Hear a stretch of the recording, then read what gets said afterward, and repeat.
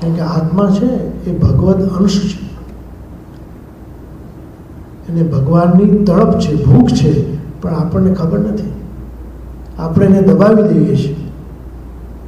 મનની વાત સાંભળી છે અને આત્માને દબાવી દઈએ છીએ એટલે બધું જ શાંત થઈ જાય છે.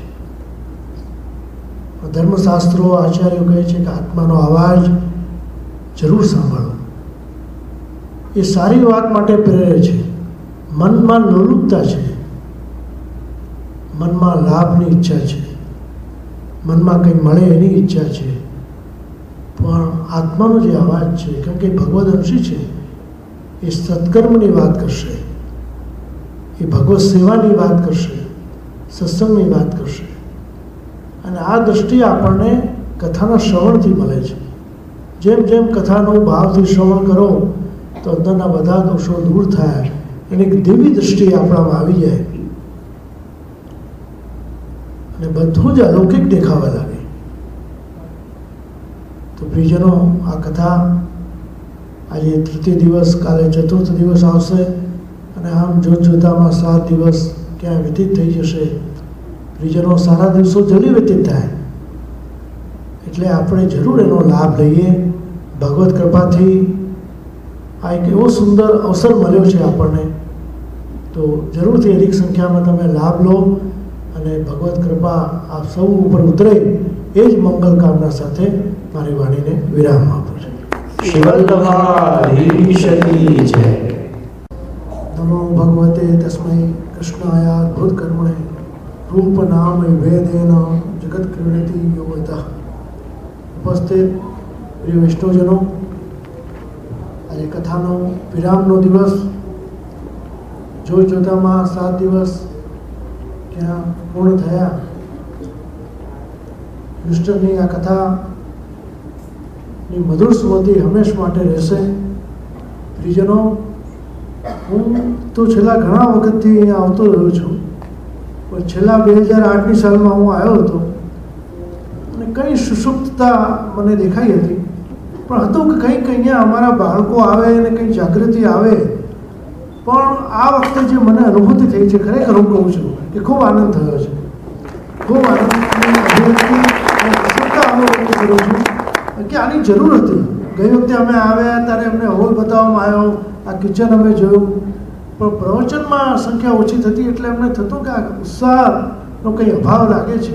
પણ ખરેખર જે છેલ્લા 5 વર્ષમાં તમે લોકોએ જે પ્રગતિ કરી છે અને જે યુવાન વર્ગ જે આમાં જોડાયો એની મને બહુ પ્રસન્નતા છે અને એની આજે ખૂબ આવશ્યકતા છે.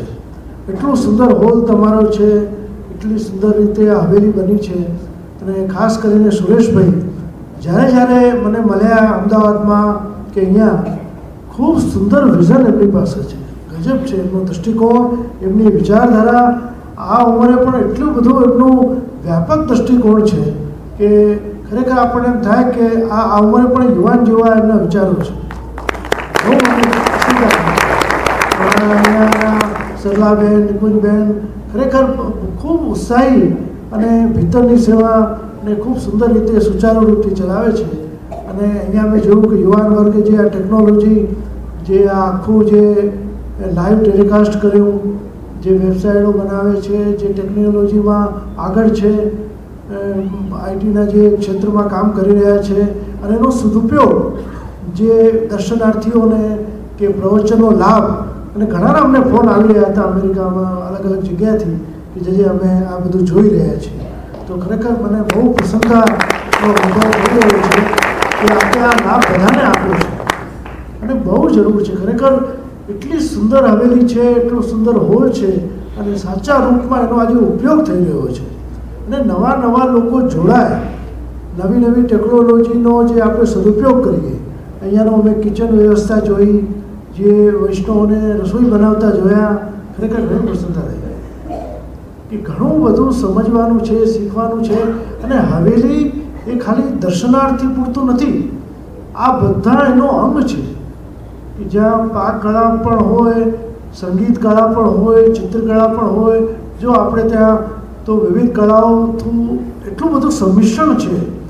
હમણાં જો હવે હિંડોળાનો આરંભ થશે, જાતના હિંડોળા આપણે ત્યાં ઠાકોરજીને માટે આપણે સિદ્ધ કરતા હોઈએ, તો એ બધી ભીતરની કળાઓને ઠાકોરજી માટે આપણે જ્યારે એનો ઉપયોગ કરીએ છીએ તો ખરેખર આ દેહ આપણો પાવન થાય છે. આપણે ત્યાંની સંગીત કલા, આપણું અષ્ટયામનું કીર્તન કેટલું સુંદર છે, કેટલા રાગ છે, કેટલી રાગણીઓ છે, સમય સમયના પદ જુદા, સમય સમયના કીર્તનો જુદા. આ બધાનો લાભ આપણે લેવાનો છે અને એના માટે એક સુંદર સ્થળ આપણી પાસે છે. જો ઘણી જગ્યાએ આનો અભાવ છે. જ્યારે રિસ્ટરમાં જોયું કે આટલા વર્ષોથી અને હવે જ્યારે આ નવી હવેલી થઈ ત્યારથી અને છેલ્લા 5-1 વર્ષમાં જે જાગૃતિ આવી છે અને મારું એમ માનવું છે કે આવી રીતે યુવા આચાર્યોને આપ લોકો બોલાવો અને એમની જે વિદ્વતા છે, એમનું જે જ્ઞાન છે એનો તમે લોકો લાભ લો. જો આજે અલગ અલગ વિષય ઉપર ઠાકોરજીની કૃપાથી અમારા યજનાથ બાવા, દ્વારકેશ બાવા, જયદેવ બાવા બધી જ પ્રકારના વચનામૃતો કરે છે અને એનો લાભ વૈષ્ણવો લે. અને જ્યારે આચાર્યો પધારે ત્યારે એનું પ્રસ્તુતિકરણ વ્યવસ્થિત થવું જોઈએ કે બધાને એને ખબર પડવી જોઈએ કે આચાર્યો પધાર્યા છે અને એનો લાભ દરેક જનતાને મળે.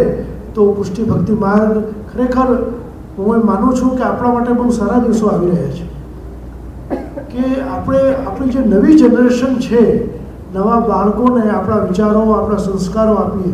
બહુ નિતાંત આવશ્યક છે કે આજે આપણા પછી આપણા બાળકો આચાર્યનું સન્માન કરે, કથાનું શ્રવણ કરે, એવું માહોલ આપણે બનાવીએ અને ત્યારે જ બનશે કે જ્યારે આવા આયોજનો થશે. વર્ષમાં 2-3 આયોજનો આવા થાય તો આચાર્યોને પણ પ્રસન્નતા થાય. જો જેટલું સંખ્યામાં વધારે વૈષ્ણવ આવશે એટલી અમને વધારે પ્રસન્નતા થશે. આ ભાગવત કથાની રાખવાની પાછળનો એ હેતુ હતો કે હિન્દુ માત્ર બધા જ આવે, બધા સાંભળે અને એવા વિષયો આપણે પસંદ કરીએ કે એની અંદર પુષ્ટિ માર્ગ પણ આવી જાય. ઘણાને એમ થાય કે આ તો ખાલી પુષ્ટિ માર્ગનું છે, એવું નથી.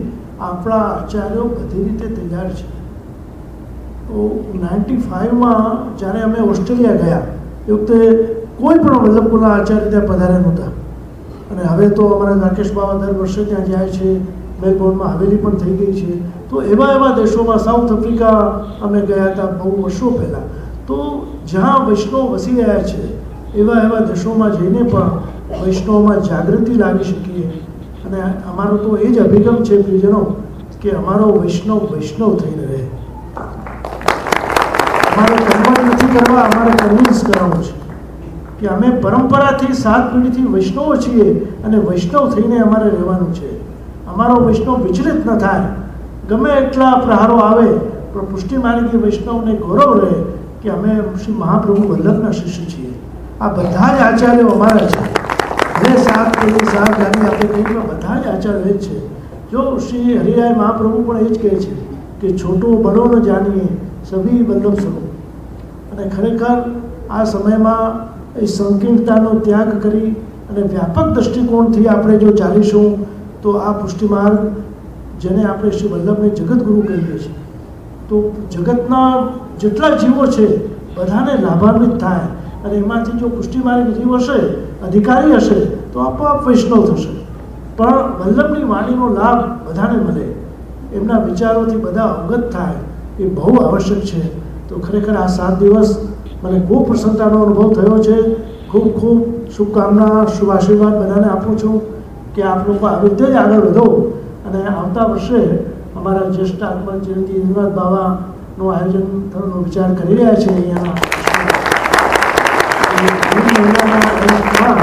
અમે વિષય નક્કી કરીશું તો જરૂરથી અમે એમને લઈને આવીશું. અને એ તો સંગીતમાં પણ ખૂબ જ આગળ છે એટલે આપને ખૂબ આનંદ આવશે. પણ તબલા વાળાની વ્યવસ્થા જરૂર કરી આપો તો વિશેષ આનંદ આવશે. અને ખરેખર ગોપાલભાઈ આવ્યા, અમને બહુ આનંદ થયો. આટલા દિવસ ખરેખર ખૂબ સુંદર રીતે વિશેષ કૃપાથી એમનામાં જ્ઞાન છે. અમારા તાજી મહારાજ શ્રી પુરુષોત્તમરાજી મહારાજશ્રીની પાસે એમના નાના ચંદુભાઈ કેલા એ હાલોલના, તો ખૂબ એમની કૃપાપાત્ર મને તો પછી ખબર પડી કે આટલું ખેંચાણ કેમ છે. આ બહુ વર્ષોથી આ પરંપરામાં આ લોકો રહેલા છે. પોતે સાવલીમાં રહે છે શ્રી હરિરાયજીના સાનિધ્યમાં. તો ખરેખર શ્રી હરિરાયજીની તો પુષ્ટિ માર્ગ ઉપર એટલી બધી દેન છે. પણ આ બધા વિષયોથી આપણે અવગત થઈએ. આપણું સાહિત્ય પણ એટલું બધું છે, અગાધ છે. પુષ્ટિ માર્ગમાં કોઈ વિષય એવો નથી જે ન હોય. ગીત, સંગીત, કળા, ખગોળ, ભૂગોળ, ઇતિહાસ, વિજ્ઞાન બધું જ છે આમાં. અને પુષ્ટિ માર્ગી જીવન જીવવાની એક શૈલી બતાવે છે. જો તમે આચાર પરંપરાથી અવગત થાઓ અને એવી રીતે જીવન જીવો ને તો ઘણી બધી બીમારીથી તમે બચી જાઓ. આધ્યાત્મ અને મેડિકલ સાયન્સ પણ અમુક જગ્યાએ આવીને પેરેલલ થઈ જાય છે. આજે ધર્મના નામથી આપણે સમજાવીએ તો લોકો નથી સમજતા, પણ વિજ્ઞાનનું નામ આવે તો લોકો કન્વિન્સ કરી લે છે કે ના બરાબર છે. પણ એ વિજ્ઞાન પણ ક્યારેક ક્યારેક પાછું બદલાઈ જાય છે. જે દવાની શોધ 10 વર્ષ પહેલાં થઈ ખૂબ સારી છે અને પછી આવે છે કે ના હવે આ બરાબર નથી, હવે એના રિએક્શનો આવવા લાગ્યા. એટલે વિજ્ઞાન બી ક્યાં 100% છે, પણ ધર્મ જે છે એ હંમેશા અવિચલ છે. ચલા ચલે ही સંસારે ધર્મો એકો ही નિશ્ચય. ધર્મ હંમેશા બદલાતો નથી, વ્યવહાર બદલાય છે, સિદ્ધાંત બદલાતા નથી. એ જીવનશૈલી પરિવર્તિત જરૂર થાય. કારણ કે આજે 550 વર્ષ પહેલાંની જીવનશૈલી, અત્યારની જીવનશૈલી અને પરિવર્તન એ તો જીવનનો નિયમ છે. આવતા પરિવર્તનને સ્વીકારવું જ પડશે, નહીં તો આપણે ક્યાં જતા રહીશું. સમયની સાથે સાથે આચાર વિચારમાં ઘણા બધા પરિવર્તનો આવ્યા છે અને એ જરૂરી બી છે કે આજની યુવા પેઢી રસ લેતી થાય, પુષ્ટિ માર્ગથી અવગત થાય. અને પુષ્ટિ માર્ગ એટલે ખાલી આચાર વિચાર અને મહાપ્રસાદનો જ માર્ગ છે એવું નથી. એવી જે એક માન્યતા ઘૂસી ગઈ છે લોકોમાં, એને આપણે વ્યાપક રીતે દૂર કરવાની જરૂર છે કે આત્મા અને પરમાત્માની વાતો છે. આપણું જે શિક્ષાપત્ર છે ને એ તો અદ્ભુત છે, મહાન જીવનશૈલી બતાવે છે કે આ જીવનમાં જ્યારે માનવ દેહ મળ્યો, આપણે વૈષ્ણવ થયા, અનેક જન્મોનો આપણો સત્કર્મ છે કે આપણે પુષ્ટિ માર્ગે વૈષ્ણવ તરીકે જન્મ લીધો છે. તો આપણે આપણા સ્વરૂપને ઓળખીએ કે હું કોણ છું, એક વૈષ્ણવ છું અને વૈષ્ણવ તરીકેનું મારું શું કર્તવ્ય છે. તો જરૂર હું એમ માનું છું કે આપણે આગળ વધી શકીશું. અને ખૂબ ખૂબ અંતઃકરણપૂર્વક બધાને આશીર્વાદ આપું છું કે આપ લોકોએ જે 7 દિવસ સુધી શ્રવણ કર્યું, જે એટલી સંખ્યામાં આપ ઉપસ્થિત રહ્યા, આવવાનો પણ ઉત્સાહ વધ્યો. અને ભવિષ્યમાં પણ જ્યારે પણ હવે અમે આવીશું તો હવે આનંદથી આવીશું. જ્યારે હું યશેશભાઈ સાથે 1-2 વાર ફોન પર વાત થઈ, મને એટલા બધા સકારાત્મક એમના વિચારો લાગ્યા. જે અત્યારના પ્રેસિડેન્ટ છે રમેશભાઈ, ખરેખર બહુ સુંદર ટીમ તમારી બની ગઈ છે. અને આવી રીતે અને મને એ પણ કહ્યું કે નવા લોકોને ઉત્સાહ વધારી માટે એમને ઉદ્ઘોષક તરીકે બોલાવતા હતા. એ પણ એક સારું કામ. ભલે ભૂલ થાય તો અમે તમારા જ છીએ ને, અહીંયા તો પરીક્ષા કરવા બેઠા નથી. અમે તો અમારા વૈષ્ણવોને સાંભળીને રાજી થઈ ગયા છે. અને જેમ જેમ આગળ વધે, આપણા બાળકો નાના હતા ત્યારે હું જબરજસ્તી એ લોકો પાસે બોલાવડો આવતો કે એમનો પબ્લિકનો શોખ જતો રહે.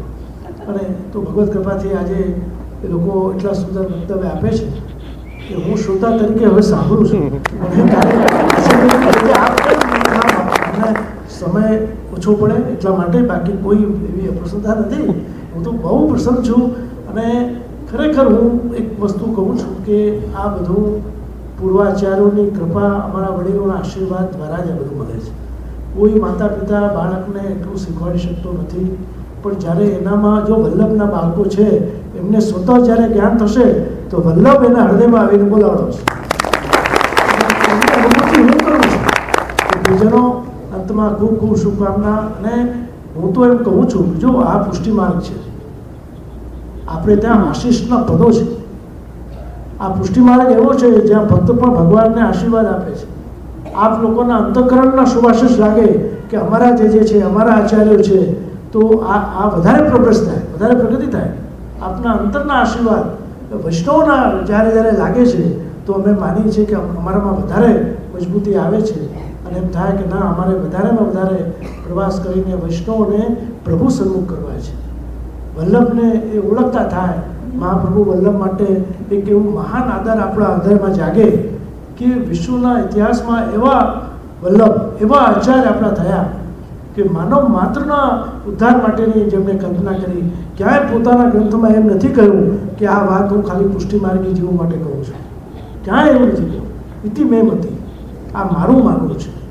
એટલે એટલી વિશાળ વ્યાપક દ્રષ્ટિ આપની રહી છે કે આજે ષોડશ ગ્રંથોમાં ક્યાંય પુષ્ટિ ભક્તિ માર્ગ વિશે જ કહેવાયું છે એવું નથી.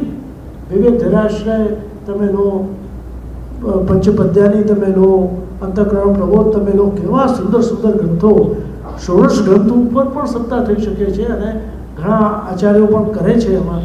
તો એક એક ગ્રંથ અદ્ભુત છે અને આ બધું સાહિત્ય જો શ્રવણ ભક્તિ દ્વારા જ મળે. આજે ભાષાંતર ટીકાઓ મળે છે હિન્દી, ઇંગ્લિશ, ગુજરાતીમાં, તમે વાંચશો પણ એટલો આનંદ નહીં આવે જેટલું શ્રવણ દ્વારા થશે. શ્રવણ ભક્તિ સૌથી શ્રેષ્ઠ ભક્તિ છે કે જે કાનેન્દ્રિયો દ્વારા આપણા હૃદયમાં રહેલા ભાવને આપણે પોષિત કરીએ. પોષણો તદનુગ્રહ, જે આપણો જીવ છે એ ભગવાનનો અંશ છે અને ત્યાં સુધી એ વાણી દ્વારા એને નવપલ્લવિત થાય, એ આપણો ભાવ દ્રઢ બને અને શ્રી વલ્લભની પૂર્ણ કૃપા આપ સર્વે ઉપર ઉતરે, એ જ મંગલ કામના સાથે મારી વાણીને વિરામ આપું.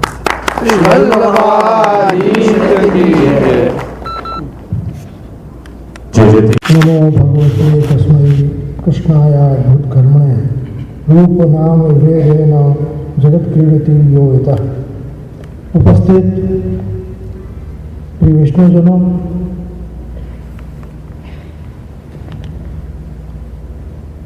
પરમ ભગવતી જયેશભાઈ અને વિજયભાઈના સહયોગથી આ સુંદર કાર્યક્રમ સંપન્ન થવા જઈ રહ્યો છે.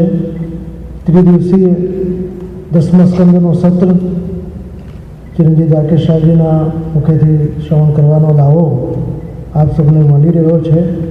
અને હમણાં જે પૂર્વમાં ઉદયભાઈએ વાત કરી એ અખિલ મધુરમ ગ્રંથ એ ષષ્ઠી પૂર્તિના ઉપલક્ષમાં બહાર પાડવામાં આવ્યો હતો. પ્રાય અભિનંદન ગ્રંથોમાં વધાઈઓ, શુભકામનાઓ અને પ્રશંસાના પત્રો હોય છે, પણ અમારી ઈચ્છા એવી હતી કે અમે અમારા વૈષ્ણવોને કંઈક આપી શકીએ. તો અમે વિઘ્નાથ બાવાને વાત કરી કે આપણે કંઈક વૈષ્ણવોને એવું આપીએ કે જેથી એ લોકો યાદ કરે.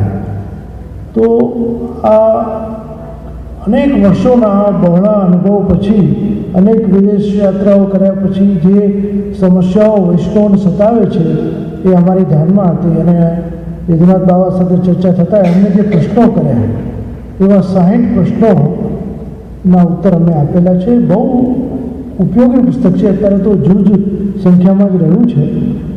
તો અત્યારના સાંપ્રત પરિસ્થિતિમાં જે વૈષ્ણવની સામે જે સમસ્યાઓ ઉદ્ભવે છે, કેમ કે પુષ્ટિ ભક્તિ માર્ગને 550 વર્ષ થયા, એ વખતનો વ્યવહારિક પરિસ્થિતિઓ અને અત્યારની પરિસ્થિતિ, અને ખાસ કરીને વિદેશમાં રહેતા વૈષ્ણવોને શું સમસ્યાઓ નડે છે, કેવી રીતે ધર્મને સાચવી શકે, પોતાના ભાવનું સંરક્ષણ કરી શકે, અને પ્રાય બધાના મનમાં ઉદ્ભવતા પ્રશ્નોના ઉત્તર અમે આપવા પ્રયત્ન કર્યો છે. પ્રિયજનો, પુષ્ટિ ભક્તિ માર્ગ ભગત કૃપા પ્રાપ્ત કરવાનો માર્ગ છે. અનેક જન્મોના સત્કર્મ પછી માનવ દેહ મળે અને એમાં પણ જે વૈષ્ણવને ત્યાં જેનો જન્મ થાય એ તો સૌથી શ્રેષ્ઠ છે. તો વૈષ્ણવને ત્યાં જન્મ થવો એ તો પ્રારબ્ધ છે, પણ એના પછી જે આપણું કર્તવ્ય છે, સ્વની ઓળખ થવી કે હું કોણ છું અને વૈષ્ણવ તરીકેનું મારું શું કર્તવ્ય છે, એનું જ્યારે આપણને જ્ઞાન થાય તો એનો અનેક ગણો લાભ આપણને મળી શકે. સત્સંગની આવશ્યકતા ખૂબ નિતાંત રહી છે અને સત્સંગ વૈષ્ણવ બેસીને ભગવદ વાર્તા કરે, વાંચન કરે, અને જ્યારે જ્યારે આચાર્યોનું પદાર્પણ થાય અને વૈષ્ણવજનો એમના વચનામૃતોનો લાભ લે, એ જે શ્રવણ ભક્તિ જેને કહેવામાં આવી એ સૌથી શ્રેષ્ઠ ભક્તિ આ કલિકાલમાં છે. વાંચવાથી તમને એટલો લાભ મળે, કદાચ ન પણ મળે, સમસ્યા પણ થાય, એમાં શંકાઓ પણ થાય, પણ શ્રવણ ભક્તિ એવી છે કે સીધું હૃદયમાં ઉતરી જાય. અને અત્યારના કલયુગમાં કલૌ કેશવ કીર્તના, કીર્તન ભક્તિ જેને કહીએ, શ્રવણ ભક્તિ જેને કહીએ, એવા ભગવાનના યશનું ગાન કરવું એ સૌથી શ્રેષ્ઠ ભક્તિ છે. કે જીવ સેવા તો કરે, પણ સાચા અર્થમાં સેવા કરી રહ્યો છે, શું પ્રભુ એની સ્વીકારનો સ્વીકાર કરે છે, એ બધું જ્ઞાન આપણને કેમ થાય, ઠાકોરજી આપણને કેમ જતાવે, આ બધું અનુભૂતિનો વિષય છે. કહેવા અને સાંભળવાથી ઘણું આગળ છે. ઘણીવાર વૈષ્ણવને મનમાં થાય કે અમને સેવા નથી આવડતી, સેવા ક્યાં શીખીએ? તો સેવાને શીખવાનું કંઈ હોતું નથી. સેવા સ્વતઃ જેમ જેમ તમારામાં ભાવ પ્રગટ થાય અને ઠાકોરજી તમારી પાસે લેવા લાગે છે. અને દરેકનો ક્રમ, દરેકની જીવનશૈલી, દરેકની સમસ્યાઓ જુદી જુદી હોય છે. એટલે બધાને એક વસ્તુ લાગુ નથી પડતી. વલ્લભાખ્યાનમાં કહેવામાં આવ્યું કે આપ સેવા કરી શીખવે શ્રી હરિ.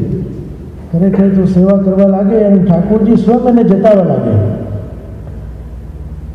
અને આ એક અનુભવનો વિષય છે. અને અનુભવનો વિષય હોવાથી જે વ્યક્તિ બ્રહ્મ સંબંધ જેને લીધું છે એ ઠાકોરજી પુષ્ટ કરાવીને જ્યારે સેવા પરાયણ જીવન જીવે છે, શરૂઆતમાં એમ થાય કે અમને નથી આવડતું, પણ પછી સ્વતઃ ઠાકોરજી એને સેવા લેવા માગે અને એવું જતાવવા લાગે છે કે એનો આનંદનો અનુભવ પોતે કરે છે. જેમ કોઈ સ્ત્રી પહેલી વખત મા બને તો એમ થાય કે બાળકને કેમ સાચવીશ? એની માને કહે કે ભાઈ તું મને બધું શીખવાડજે, સાચવવા આવજે.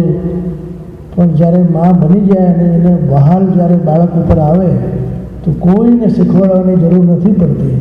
એ સ્વતઃ આપોઆપ બધું કરવા લાગે છે. સેવામાં પણ એવું જ. જ્યારે તમારે ઠાકોરજીને તમે પધરાવો છો, ઈસુદોસ્તંગ લાલિત અને બાળ ભાવથી સેવા કરો છો અને જે આનંદ આવવા લાગે છે, અને 5 વર્ષ જો તમે કરો ને તો સ્વતઃ ઠાકોરજી તમારી સેવાથી ટેવાઈ જાય છે. બાળક કેવું છે કે બાળકને તમે જે ચમચી ધરશો દૂધ માટે કે કટોરી ધરશો તો એને એ નથી ખબર કે આ સ્ટીલની છે કે આ ચાંદીની છે, તો મને ચાંદીનું વધારે ગમે છે, એવું નથી. એ ભાવથી સ્નેહયુક્ત થઈ અને એ વસ્તુ સ્વીકારે છે. તો અહીંયા બાલ ભાવની સેવા છે.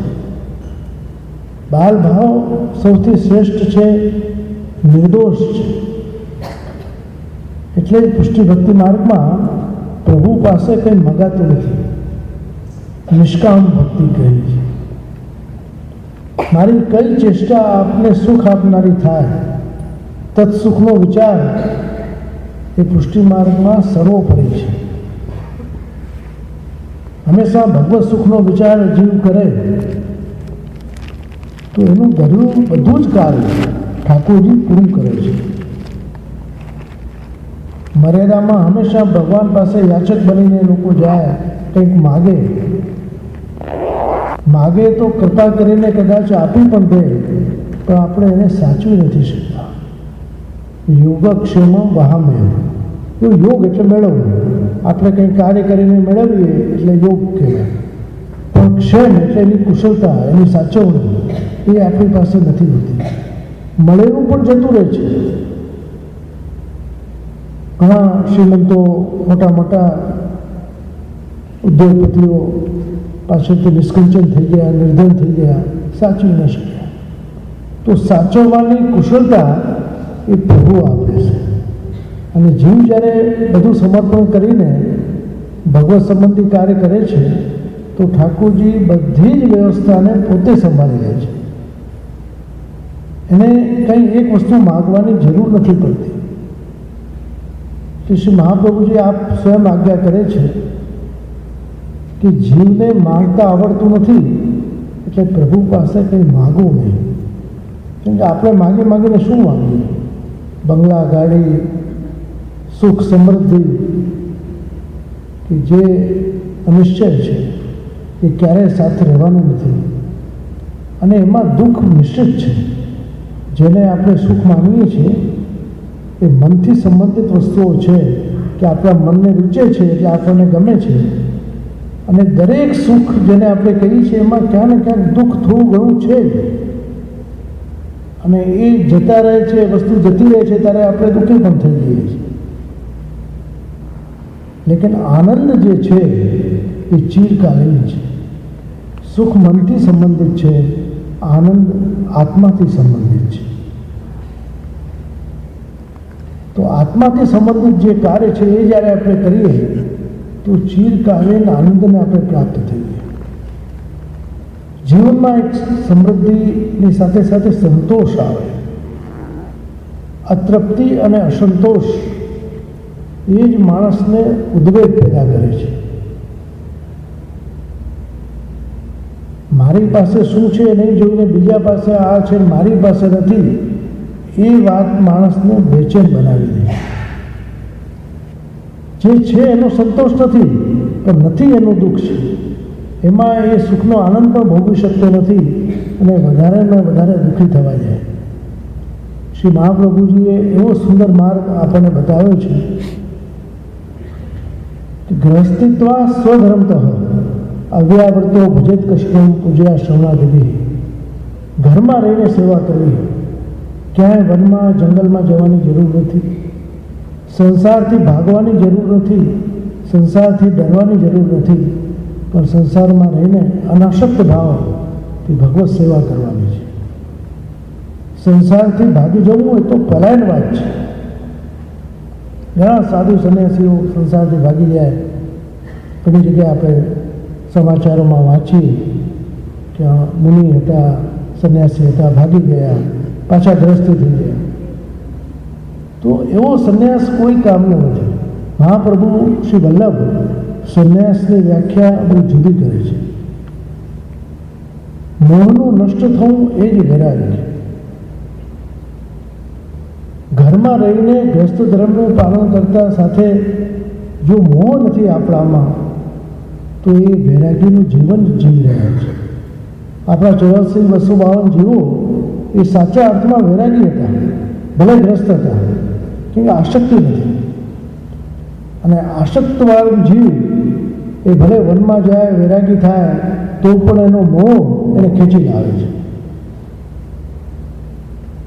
ક્યારેક કોઈ વસ્તુ જોઈને એમાં મોહ પડી જાય અને એનું સમાધાન ના જડે, તો જો માનવ મનની મર્યાદા છે, એ મર્યાદા ઓળંગી જવાથી મન બેચેન થઈ જાય. માણસને આજના સમયની જે સૌથી મોટી બીમારી ડિપ્રેશન, માનસિક અસ્વસ્થતા એ આવી જાય. જો એક હમણાં ભારતમાં અમારા મહેસાણા જિલ્લામાં કડી અમારું જે ગામ ઉત્તર ગુજરાત છે ને, ત્યાં કાળા કપાસ બહુ થાય. આખા એશિયામાં એનું નામ છે. તો એક ભાઈ ગામડાનો માણસ કોઈ મોટા શહેરમાં ગયો અને કાળા કપાસનું મોટું ગોડાઉન જોયું. એટલું બધું રૂ ભરેલું, ક્યારે એને જીવનમાં આટલું બધું રૂ જોયું નહોતું. આખું ગોડાઉન રૂથી ભરેલું. અને જોઈને એનું મગજ છટકી, આ રૂનું શું થશે, આ રૂનું શું થશે. પછી એની મનની અવસ્થા ત્યાં જ અટકી ગઈ. પાછો ગામડે ગયો, બસ રૂની ચિંતા, આ રૂનું શું થશે, આ રૂ આટલું બધું રૂ ક્યાં જશે. બધા ડૉક્ટરો આવ્યા કે આનું આ શું થઈ ગયું. આને બહુ એક ડાયા માણસ હતા ગામમાં, એને જેને પૂછ્યું કે ભાઈ શું છે, અને કે આ રૂ જોયું છે ને ત્યાંથી એનું મગજ છટકી ગયું છે અને ચિંતા સતાવ્યા કરે છે કે આ રૂનું શું થશે. એને વિચાર્યું અને એને પોતાની યુક્તિથી મને મળવા ગયા અને પૂછ્યું, ભાઈ રૂ ને તું પેલું રૂ જોઈને આવ્યો એની વાત કરે છે, આ એ તો સળગી ગયું. કોઈનું માચીસ ત્યાં દીવા સળી, કોઈ નાખી, બધું રૂ સળગી ગયું. એમ બધું રૂ ખતમ થઈ ગયું, એકદમ શાંત થઈ ગયું. એમનો મનનો ઉદ્વેગ શાંત થઈ ગયો, હાશ થઈ ગયો. અને ચલો સારું છે, તરત ઠેકા આવી ગયું. એટલે મગજનું એવું છે કે ક્યાંક સોય અટકી જાય તો પાછું ડૉક્ટર હોય ને, એટલે અહીંયા મનોચિકિત્સક વધારે હોય છે, અને ફરી પાછું જોવું પડે કે આ સોય ક્યાં અટકી છે. તો ઘણીવાર મગજ આપણું બેર મારી જાય અને કામ જ ના કરે.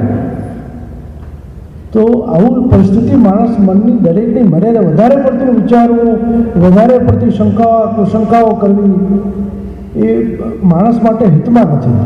જો ઘણાને ઉદ્વેગ બહુ હોય, દરેકમાં શંકા કુશંકા. ભગવાને ગીતામાં સ્પષ્ટ કહ્યું છે કે સંશય આત્મા વિનશ્યતિ. જે શંકા કરે છે ને એનો નાશ થાય. હંમેશા જિજ્ઞાસા હોય, જિજ્ઞાસુ ભક્ત ઉત્તમ કહેવાય, પણ શંકા અને કુશંકા એ માણસને બેચેન બનાવી દે. અને કેમ કે એને એના ઉત્તરો પોતે ધારેલા હોય છે. બધા આચાર્યોને પૂછે, જેટલા મહાત્મા આવે એને પૂછે. હું ઘણાને એવા જીવોને ઓળખું છું, અહીંયા છે, બીજા દેશોમાં પણ છે. એકનો એક પ્રશ્ન બધાને પૂછે, પણ એના જેવો ઉત્તર તો કોણ આપે. એને જે મનમાં ધારી લીધું છે કે આનો ઉત્તર આ હોવો જોઈએ તો મળે નહીં, એટલે પાછો બેચેન થાય. તો ક્યારેક ધર્મને શંકાથી ન જોવાય. ધર્મ એ આસ્થાનો અને વિશ્વાસનો વિષય છે. આજનું મેડિકલ સાયન્સ એ પ્રમાણ ઉપર આધારિત છે. આ ઘટના કેમ ઘટી એની પાછળનું રીઝન હોય, એનું લોજિક હોય, પણ એ પણ હવે બદલાઈ જાય છે. 10 વર્ષ પછી લોકો કહે છે કે હવે આ દવા બરાબર નથી, હવે આ દવાનું રિએક્શન આવે છે, આ દવા બંધ થવી જોઈએ. એ પણ પ્રમાણિત નથી, કેમ કે ફરી પાછું બીજો કંઈ આવિષ્કાર થાય તો એ ન્યૂઝ બની જાય. તો આ દરેક વસ્તુઓ વિચલિત કરે છે માણસને, પણ ધર્મ જે છે એ પોતાની જગ્યાએ અડગ છે. ધર્મો એકો ही निश्चय चला चले ही संसारे चलन जीवन એવું નહીં. ખાલી ધર્મ જે છે એ પોતાની જગ્યાએ ઊભો છે. જો સિદ્ધાંત ક્યારે બદલાતા નથી. જે સિદ્ધ થઈ ગયું એ સિદ્ધાંત બની ગયા. મહાપ્રભુજી, શ્રી ગુસાઈજી, શ્રી ગોકુલનાથજી, શ્રી હરિરાયજી, એમના વખતમાં જે સિદ્ધાંતો બન્યા અને એ પ્રમાણિત થઈ ગયા. સિદ્ધાંત ના બદલાય પણ વ્યવહાર પક્ષ બદલાય છે. 500 વર્ષ પહેલાંની સ્થિતિ, અત્યારની સ્થિતિ, વિદેશમાં વસતા વૈષ્ણવની સ્થિતિ, એ પ્રમાણે થોડો ચેન્જ, થોડો વ્યવહારમાં બદલાવ એ આવશ્યક છે. અને એ સમય આવે થઈ જાય છે. અને નહીં બદલીએ તો સમય આપણાથી આગળ નીકળી જશે અને આપણે બહુ પાછળ રહી જઈશું. ઘણા સંપ્રદાયો પાછલા 200-250 વર્ષમાં ખૂબ આગળ આવ્યા, કેમ કે લોકોને સમસ્યાઓને ઓળખી લીધી. તો આપણે આપણા સિદ્ધાંતોનું પાલન જરૂર કરવું જોઈએ, પણ થોડો વ્યવહારમાં જો બદલાવ આવે સમયના હિસાબે તો આચાર્યોની આજ્ઞા લઈને જો વ્યવહાર પક્ષમાં બદલાય તો એમાં કંઈ વાંધો નથી. મુખ્ય વસ્તુ છે ભગવત સેવા અને ભગવત સ્મરણ. અને સ્મરણ જો આપણું હંમેશા રહેશે તો ક્યારેય પણ લૌકિકમાં આપણું મન ચલાયમાન નહીં થાય. મન વિચલિત થાય છે, લૌકિકમાં આસક્ત થાય છે, એને લઈને એવો ઉદ્વેગ થાય. ચિત્તોદ્વેગમ વ્યાપી હરેરી યદ કરી શકી તથેવ તસ્ય લીલેતી મત્વા ચિંતામ ધૃતમ તજે. આ ચિત્તનો ઉદ્વેગ એ ભગવત પ્રભુ સેવાથી, પ્રભુના સાનિધ્યથી આપણને દૂર લઈ જાય છે. પણ જ્યારે એ ભાવ કરી કે આ બધું ભગવત લીલા છે, પ્રભુ આપણી કસોટી કરી રહ્યા છે અને આ બધી ભગવતની લીલા છે, એ ભાવ રાખી છે તો મન ઉદ્વેગ પામતું નથી. કારણ કે પરિસ્થિતિઓ બદલાય છે, સમય ગતિશીલ છે, જીવન ગતિશીલ છે, પરિસ્થિતિઓ હંમેશા બદલાતી રહે છે, એક સરખી રહેતી નથી. એક સરખું જીવન ક્યારેય કોઈનું રહેતું નથી.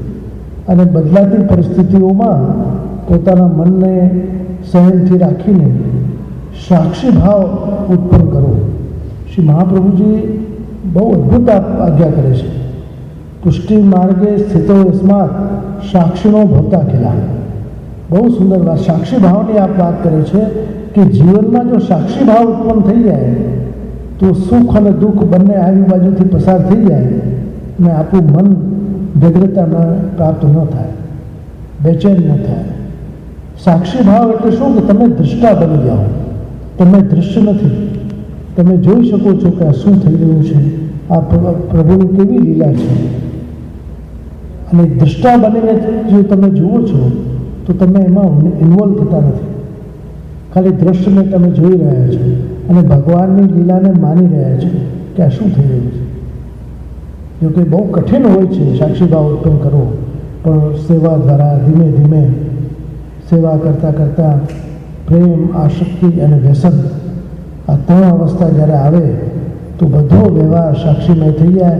આપણા જો 84-252 જીવો ગમે એટલું દુઃખ આવતા પણ પ્રભુની લીલા માનતા, ક્યારે વિચલિત નથી થયા કે આ બધું પ્રભુની લીલા છે. પ્રભુ મારી સાથે લીલા કરી રહ્યા છે, મારી કસોટી કરી રહ્યા છે, એવો ભાવ આપણા મનમાં ઉત્પન્ન થાય. તો આ બધી લીલા સંબંધી વિચાર જો કરીએ છીએ તો સાક્ષી ભાવ આવી જાય. મહાન પુરુષો, મહાન આચાર્યો હંમેશા સાક્ષી ભાવમાં રહેતા હોય. એજરામાં રાજી પણ ન થાય,જરામાં દુઃખ પણ ના આવે. સાધારણ લૌકિક જીવ થોડું સુખ મળે તો ખૂબ રાજી થઈ જાય અને થોડું દુઃખ મળે તો એકદમ બેચેન થઈ જાય છે. પણ સાક્ષી ભાવ જેનામાં હોય એની સ્થિતિ હંમેશા એક સરખી રહે છે. જ્યારે જ્યારે પણ ભગવત સત્સંગનો સમય મળે તો જરૂરથી આપણે લાભ લેવો જોઈએ. આ ભગવત કૃપાથી 3 દિવસ ભગવત સત્સંગના મળ્યા છે. એમાં પણ શ્રીમદ ભાગવતનો 10મો સ્કંદ જે ભગવાનનું હૃદય છે કેટલો વિસ્તાર કર્યો છે સુખદેવજી મહારાજે. 90 અધ્યાય 10મો સ્કંદ ભગવાનનું હૃદય, ભગવાનની દિવ્ય લીલાઓ, નિષ્કામ લીલાઓ જેનું અવગાન કરીને કેવો પણ પથ્થર દિલનો માનવ હોય એનામાં પણ હૃદયમાં ભાવ જાગી જાય. તમે જુઓ કે કથામાં 4થો દિવસ આવે એટલે બધા આનંદમાં આવી જાય. મન મહોત્સવ શરૂ થાય, અલગ અલગ ભગવાનની લીલાઓ શરૂ થઈ જાય. કેવો આનંદ એનો આવે છે જીવનમાં. અને ગમે એટલી વાર તમે સાંભળો ક્યારે તમને જૂનું નહીં લાગે. આ ભાગવત કથા જ એવી છે, જ્યારે જ્યારે તમે સાંભળશો કંઈક નવું મળશે. હંમેશા કંઈ ને કંઈ નવું, નવા નવા ભાવો જાગૃત થાય, નવી દૃષ્ટિ મળે આપણને. જીવનની દરેક પરિસ્થિતિમાં સંયમિત રહેવાની દૃષ્ટિ એ ભાગવત આપણને આપે છે. તો પ્રિયજનો, આ ત્રિદિવસીય કાર્યક્રમમાં આપણે જરૂરથી બધા લાભ લેવાનો છે.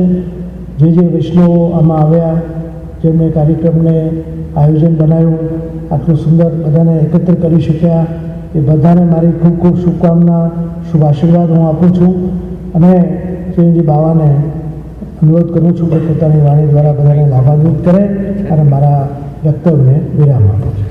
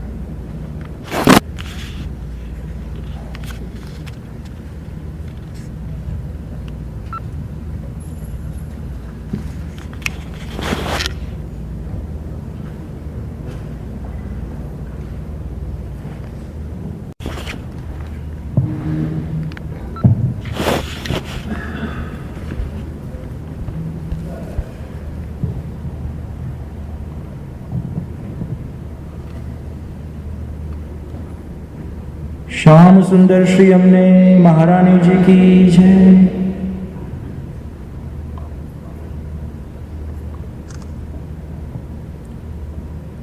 ઓર્લેન્ડો વૈષ્ણવ સમાજ વતી આપણે પૂજ્ય શ્રી વ્રજેશ કુમારજી મહારાજને વિનંતી કરીએ કે આપશ્રીના વચનામૃતથી આપણને સૌને લાભાન્વિત કરે. પૂજ્ય શ્રી.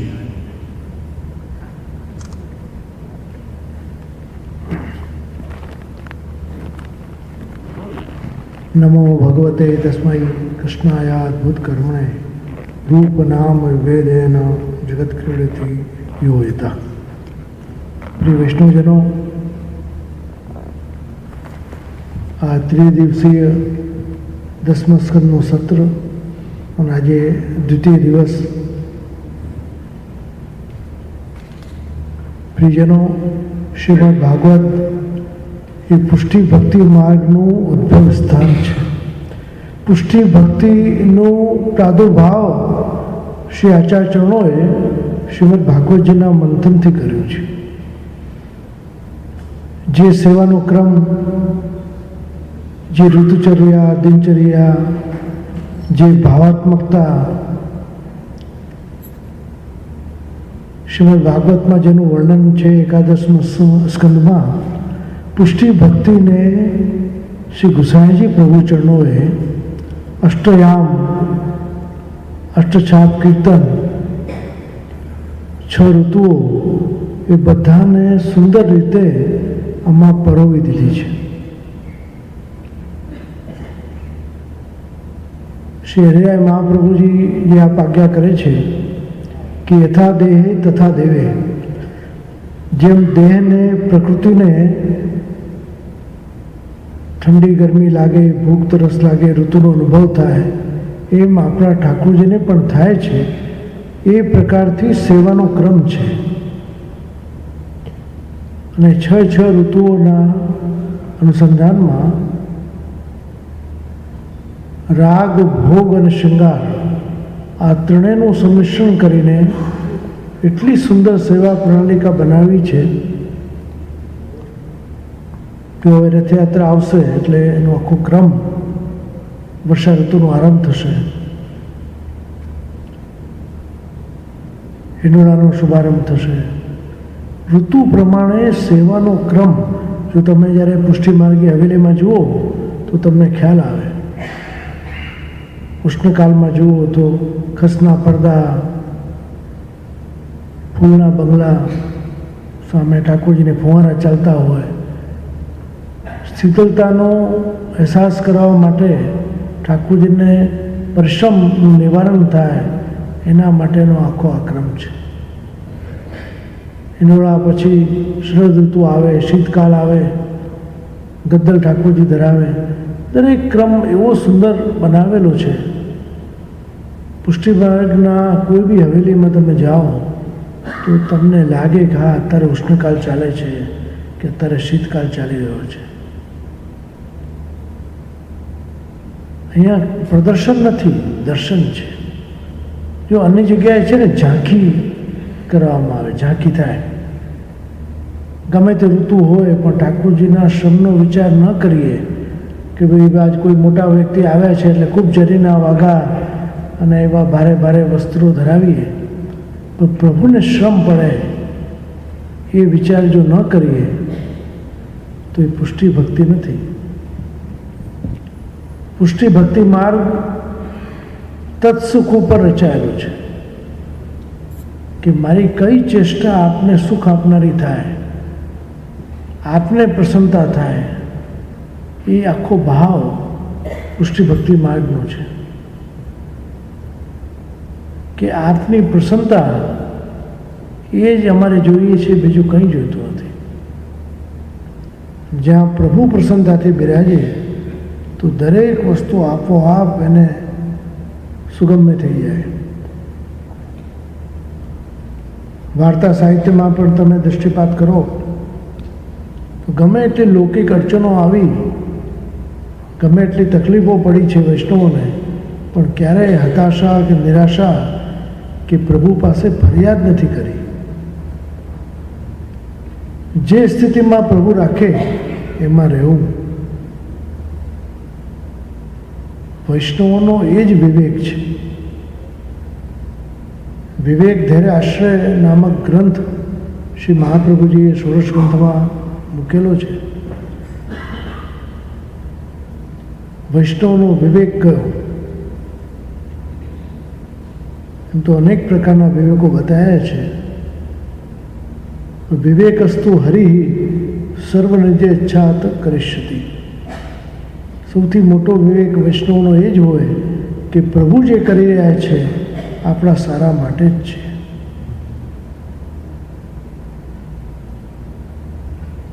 વિવેક ધૈર્ય સતતમ રક્ષણીય તથાશ્રય વિવેકસ્તુ હરિ સર્વનિજ્ય ઈચ્છાત કરિષ્યતિ.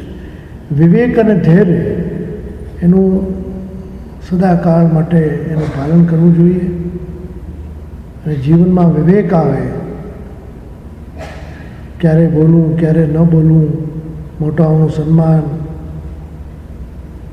બાળકો ઉપરનો સ્નેહ, સૌજન્યતા, બધા સાથે પ્રેમ, સૌહાર્દ, એ વિવેક જ્યારે આવે તો પછી ધૈર્ય આવે.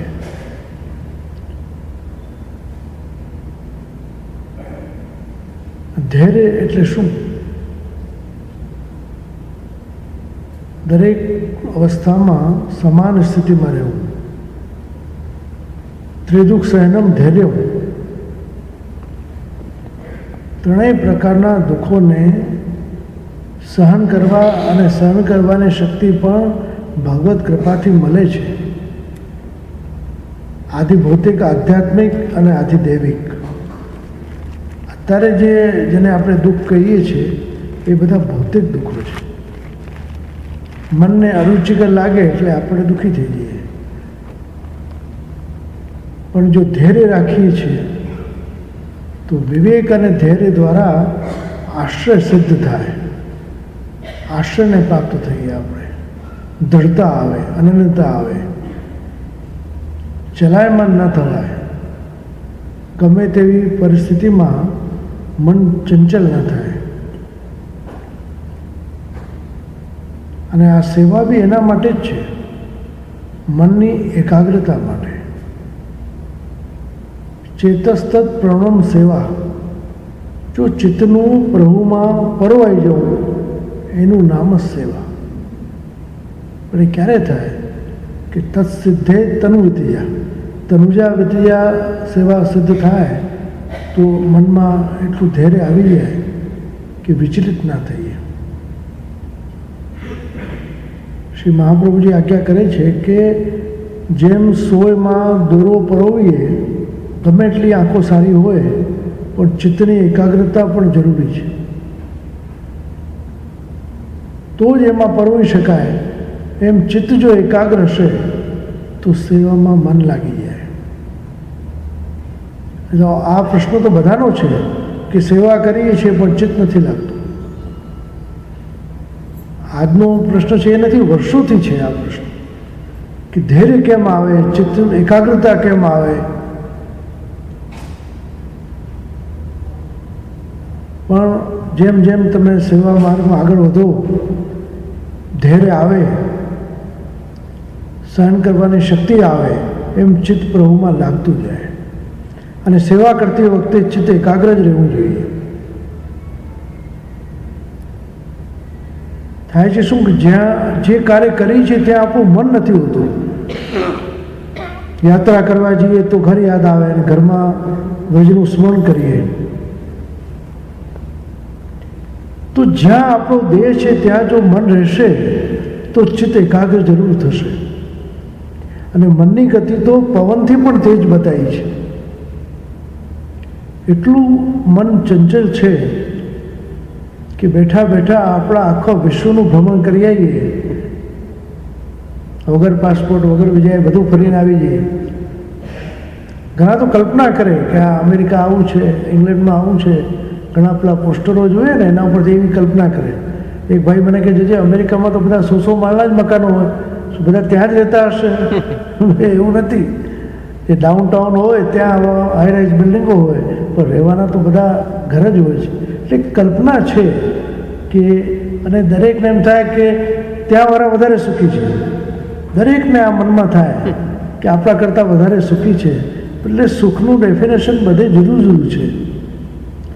શું ભવ્ય મકાનોમાં રહેવું, સારી ગાડીઓમાં રહેવું એ જ સુખી છે?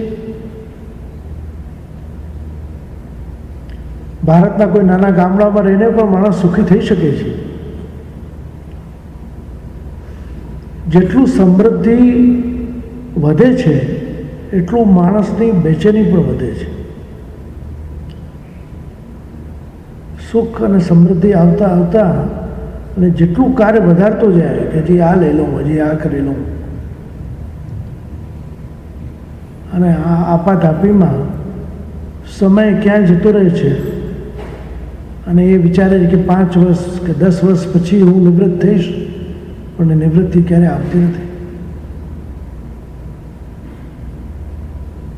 તો જીવનનું જે કાર્ય છે એ તો કરતા જ રહેવું જોઈએ. એના માટે એમ ના વિચારાય કે અમે રિટાયર્ડ લાઈફમાં આ કરીશું. અને ઘણીવાર એવું બને છે કે માણસ રિટાયર્ડ થાય અને તરત જ બધા રોગો એના ઉપર આવી થઈ જાય. કાર્યશીલ હોય, ગતિશીલ હોય, કામ કરતો હોય ત્યારે એને કંઈ ખબર ના પડે. ચેકઅપ કરાવવાનું બી મન ન થાય. અને જ્યાં રિટાયરમેન્ટ થઈ, નિવૃત્ત થયા, અને ઘણા ઘરના કે એકવાર ચેકઅપ તો કરાવો. ના ના, મને તો કંઈ નથી. પણ ચેકઅપ કરાવતાની સાથે જ બધું જ એમાં નીકળે. ડાયાબિટીસ છે, બ્લડ પ્રેશર છે, હાર્ટના પ્રોબ્લેમો બધા જ આવી ગયા હોય. તો ગતિશીલ જીવનમાં જ્યારે માણસ ગતિવિહીન થવા જાય ત્યારે જ બધું એના ઉપર હાવી થઈ જાય. પ્રાચીન કાળમાં લોકો સેવાપરાયણ જીવન જીવતા. વ્યવસ્થાઓ બહુ ઓછી હતી, ઘણી વસ્તુઓનો અભાવ હતો, છતાં ભાવ સમૃદ્ધ હતો. કેટલી સુંદરતાથી સેવાનો ક્રમ, ઘણીવાર સૌરાષ્ટ્રના ગામડામાં જવાનું થાય જોઈએ, કેટલી સુંદર રીતે સેવા કરે છે કે મનમાં ઉદ્વેગ નથી, ધૈર્ય છે, કોઈ જગ્યાએ જવાની ઉતાવળ નથી, શાંતિ છે. એટલે ખૂબ શાંત ચિત્તથી સેવા થતી હતી. આજે જેમ જેમ માણસ સમૃદ્ધ થતો જાય એમ એનું બેચેન મન થતું જાય છે. તો એનો ઉપાય શ્રી વલ્લભ આપણને એ જ બતાવે છે કે ચીર શાંતિ જ્યારે જીવનમાં આવે, ઉદ્વેગ રહિત મન થાય, ધૈર્ય આવે જીવનમાં, તો આશ્રય સિદ્ધ થાય છે. કૃષ્ણ આશ્રય કરવો, આશ્રયને દ્રઢ રાખવો. ઘણા પાઠો આપણા એવા છે કે જે પ્રભુ સન્મુખ કરવાની આજ્ઞા છે. જ્યાં પ્રભુની સ્તુતિ હોય, પ્રભુના સ્વરૂપનું વર્ણન હોય, એ પાઠ પ્રભુની સન્મુખ કરવા. પણ જે ઉપદેશાત્મક હોય, કે જ્યાં આજ્ઞાઓ થઈ છે, એને પ્રભુ સન્મુખ ન કરાય.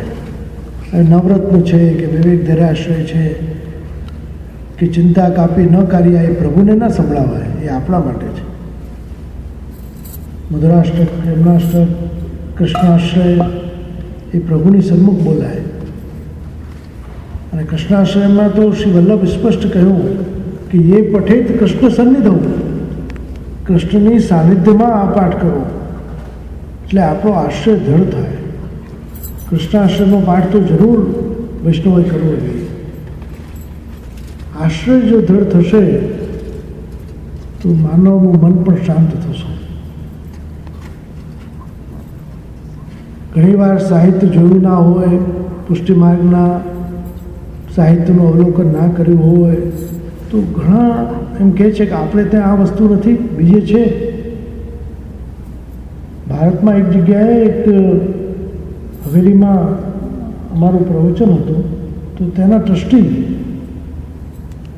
એ બીજા સંપ્રદાયોથી એટલા બધા પ્રભાવિત થયેલા, તો અમને કે જેમ સ્વામિનારાયણમાં શિક્ષાપત્રી કેટલું સરસ છે, આપણે ત્યાં એવું નથી કંઈ, કેટલું શું વાત કરું છું. શ્રી હરિરાય મહાપ્રભુજીનું 41 શિક્ષાપત્ર કેટલું સુંદર અદ્ભુત ગ્રંથ, કે મને તો ખ્યાલ જ નથી. ખ્યાલ દરેક વ્યક્તિને વ્યક્તિગત તો કંઈ કહેવાશે નહીં, પણ આપણે એટલા જાગૃત બનવું જોઈએ. ખરેખર સાંભળીને દુઃખ થાય કે આવા અદ્ભુત ગ્રંથો આપણી પાસે ત્યાં બિરાજે છે અને આપણને ખ્યાલ નથી. પહેલાં શિક્ષાપત્રથી બીજાનો તો કમ્પેર જ ના થઈ શકે. શ્રી હરિરાયજીનું શિક્ષાપત્ર તો આત્મા અને પરમાત્માની વાત છે.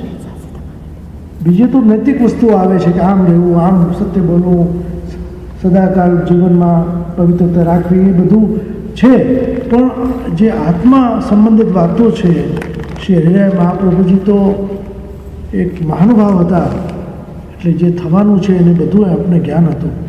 ગોપેશ્વરજીના ઓજી લીલા કરવાના છે અને એમને ઉદ્વેગ થશે, સેવામાં તકલીફ થશે, એટલે પહેલાંથી પત્રો લખવાની શરૂઆત કરી.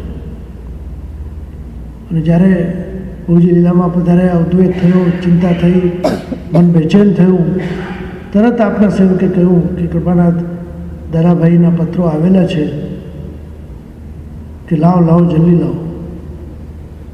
જ્યાં એક પત્ર વાંચ્યું, બધું જ મન શાંત થઈ ગયું.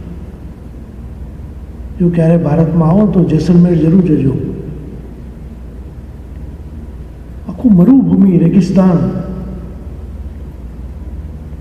6 મહિના આપ ત્યાં બિરાજતા શ્રી હરિરાયજી, અને કેવા સુંદર પત્રો, કેવા સુંદર પદોની રચના ત્યાં થઈ છે. 120 વર્ષ પુત્ર ઉપર બિરાજ્યા. મનુષ્યનું પૂર્ણ આયુષ્ય જેને કહેવાય 120 વર્ષ. પણ જે અદ્ભુત ધ્યાન, કેવા સુંદર પદો, કેવા કીર્તન, કેવા પાઠ.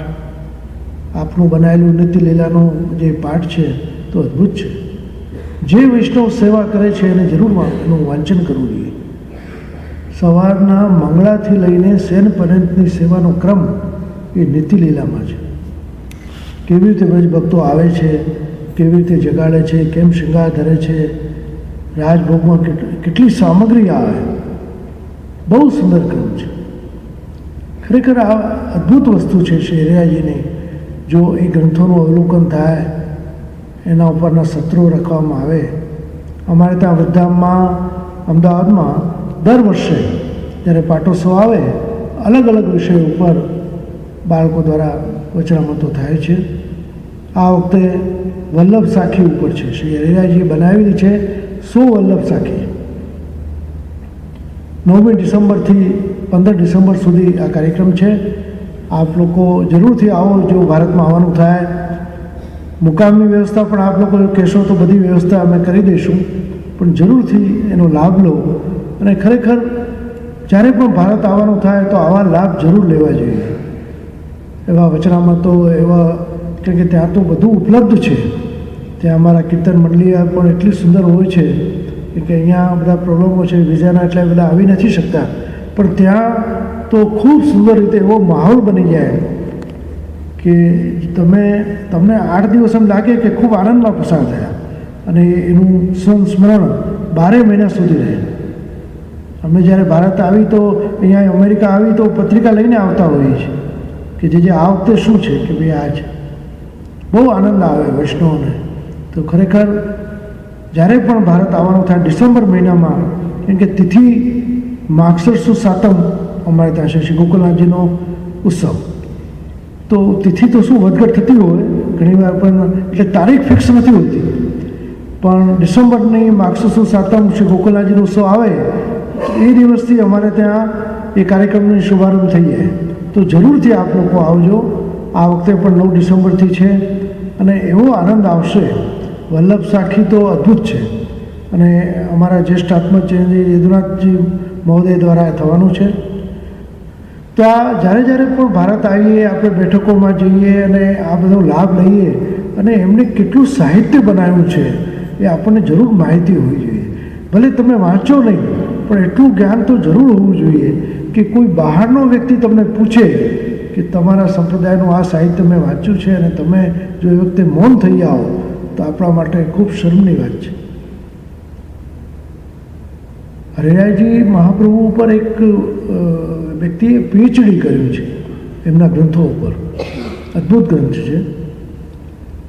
એક બહેને તો વચનામૃત સાહિત્ય ઉપર પીએચડી કર્યું, પ્રાચીન આચાર્યોના વચનામતો ઉપર. એ બધા પુસ્તકો મળે છે ભારતમાં, પ્રયત્ન કરવો પડે, પણ ખૂબ સુંદર છે. તો જ્યારે આપણા દેશમાં જઈએ તો એવા ગ્રંથો, એવી સીડી, એ બધું વસાવવું જોઈએ. અને આપણે બાળકોને પણ વર્ષમાં 2 વર્ષમાં એક વખત જરૂર ભારત લઈ જવા જોઈએ, અને ત્યાંના તીર્થો, ત્યાંની હવેલીઓના દર્શન કરાવવા જોઈએ. થોડીક ભૂમિકા આપણે જરૂર બનાવવી પડશે. પછી આપણે એમ કહીએ કે બાળકો રસ નથી લેતા, કે બહુ પ્રશ્નો કરે છે, અને એનું સમાધાન તો એ જ છે કે તમે એમને પહેલાંથી થોડી ભૂમિકા બનાવો. આપણા આચાર્યો, આપણા જે ઠાકોરજી છે એના વિશે થોડી માહિતી આપો, અને એમને ભારતમાં લઈ જાઓ, એમને દર્શન કરાવો. પણ ઘણીવાર હું જોઉં છું કે ઘણા લોકો જે બહુ સુધરી ગયા પોતાને માને છે, એ ભારત વિશે ખોટી વાતો બાળકો આગળ નહીં કરવી જોઈએ, કે ત્યાં તો ગંદુ છે, મચ્છર છે, આ છે, બધું અહીંયા છે. આ ફ્લોરિડામાં શું નથી? જેટલા ભારતમાં છે બધા જીવજંતુ અહીંયા દેખાય છે, બીજે ન દેખાય. કેમ કે ગરમી જ્યાં પડે ત્યાં બધું આવવાનું. પણ એ પણ ભગવાનની દેન છે. જેમ એ લોકો પણ રહે છે તો મનુષ્ય પણ રહે છે. બધાની સાથે જીવન લોકો જીવે જ છે ને. લોકો જંગલમાં પણ રહે છે. અહીંયા પણ જે અમુક પ્રોબ્લેમો, તો હું તો છેલ્લા 18 વર્ષથી આવું છું, ઘણી સમસ્યાઓ મેં અહીંયા પણ જોઈ છે જે ભારતમાં છે. હવે તો ન્યુયોર્ક જેવામાં ખબર પડી કે લાઇટો પણ જાય છે જ્યારે આ વાવાઝોડું આવે છે, ટ્વિસ્ટરના બધા. અહીંયા લોકોને અનુભવ થઈ ગયા છે કે લાઇટો જાય છે. શું લોકો રસોઈ નથી કરી શકતા, ઇલેક્ટ્રિસિટીના ચૂલા હોય તો કેવી તકલીફો થાય. એટલે બધી સમસ્યાઓ તો બધે જ છે. ઠીક છે, અહીંયા અવકાશ વધારે છે, જીવનશૈલી સારી છે, પણ આપણે સારી વાત જો કરીએ લોકોને, જેમ ત્યાં પણ હવે કહે છે કે બધું જ અમેરિકામાં અવેલેબલ છે એવું નથી. ભારતમાં પણ ઘણું બધું સારું છે, ને ઘણું ડેવલપમેન્ટ હવે થઈ ગયું છે. ટેકનોલોજી પણ ઘણી છે. તો સારી સારી વાતો એમને જો આપણે સમજાવી, બાળકોને કુતૂહલ થાય, ઉત્સુકતા થાય, ના અમારો દેશ અમારે જોવો છે, કે આપણા મૂળ તો ત્યાં જ છે, આપણા બાપ દાદા બધા ત્યાંથી જ આવેલા છે. અને એ લોકો જે ઘરમાં રહીને સેવાપરાયણ જીવતા હતા, કીર્તન કરતા હતા, એ સંસ્કારો તમારામાં છે, એટલે જ તમને આ બધું ગમે છે. અને એ બાળકોને જ્યારે આપણે સંસ્કાર આપીશું તો એમનામાં પણ એ ભાવ જાગશે કે આજથી 10 વર્ષ પછી યુવાન આચાર્યો પધારે તો એમનું સન્માન કરી શકે એવી વૈષ્ણવ જનતા આપણે તૈયાર કરવી પડશે. આપણી હવેલીઓ, આપણા સત્સંગ ભવનો, આપણા પ્રચારના માધ્યમો એવા રાખવા પડશે કે જેથી નવી જનતા એનાથી લાભાન્વિત થાય અને એ ગૌરવ અનુભવે કે અમે પુષ્ટિ માર્ગના વૈષ્ણવ છીએ. એને સંકોચની ગર્વથી કહે કે મહાપ્રભુ વલ્લભના અમે અનુયાયી છીએ. જો બ્રહ્મ સંબંધ જ્યારે જીવને થાય તો મહાપ્રભુજી દ્વારા જ થાય છે. શ્રી હરિરાય મહાપ્રભુજી તો કહે છે કે અમે ગુરુદ્વાર છીએ.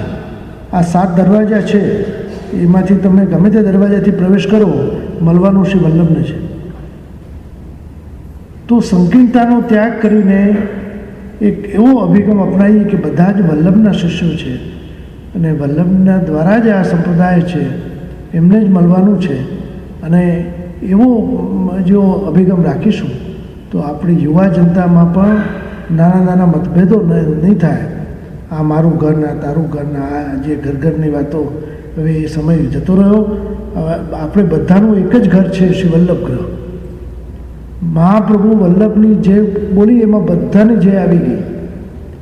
અને એવો અભિગમ રાખીશું તો ભવિષ્ય માટે ખૂબ સારું રહેશે. આજના આપણા યુવાન આચાર્યો પણ બહુ તૈયાર છે. જે આચાર્યોની અંદર જે વિવિધતાઓ છે, એમનામાં શક્તિઓ છે, એનો આપણે લાભ લઈએ, એમના માટે એવો માહોલ બનાવીએ કે એ વારંવાર પધારે અને આપણને બધાને એનો લાભ મળે. પ્રિયજનો, દરેક આચાર્યની અંદર કંઈ ને કંઈ વિવિધતા છે. શ્રી મહાપ્રભુજીના 108 નામ છે ને, એમ દરેક વલ્લભકુળમાં કંઈ ને કંઈ વિવિધતા, કોઈમાં ચિત્રકારી, કોઈમાં સંગીત, કોઈમાં જ્ઞાન, કોઈમાં કંઈ પણ એ દૃષ્ટિ આપણામાં હોય તો જ એ દર્શન થાય. બાકી લૌકિક દૃષ્ટિથી જોશો તો એમ જ લાગશે કે આ અમારા જેવા છે. પણ અલૌકિક દૃષ્ટિ, જો દિવ્ય દૃષ્ટિ તમારામાં હશે તો વલ્લભના જ એકા સ્વરૂપનું દર્શન તમને થઈ જશે. તો પ્રિયજનો, આજનો આ દ્વિતીય દિવસ ખૂબ તમે લોકોએ શાંતિથી શ્રવણ કર્યું, મને એનો આનંદ છે. અને હવે હું ચેતનજી રાકેશ બાવાને અનુરોધ કરીશ કે પોતાની વાણી દ્વારા આજનો આ કાર્યક્રમને શુભારંભ કરે. શ્રી વલ્લભાધીશ કી જય.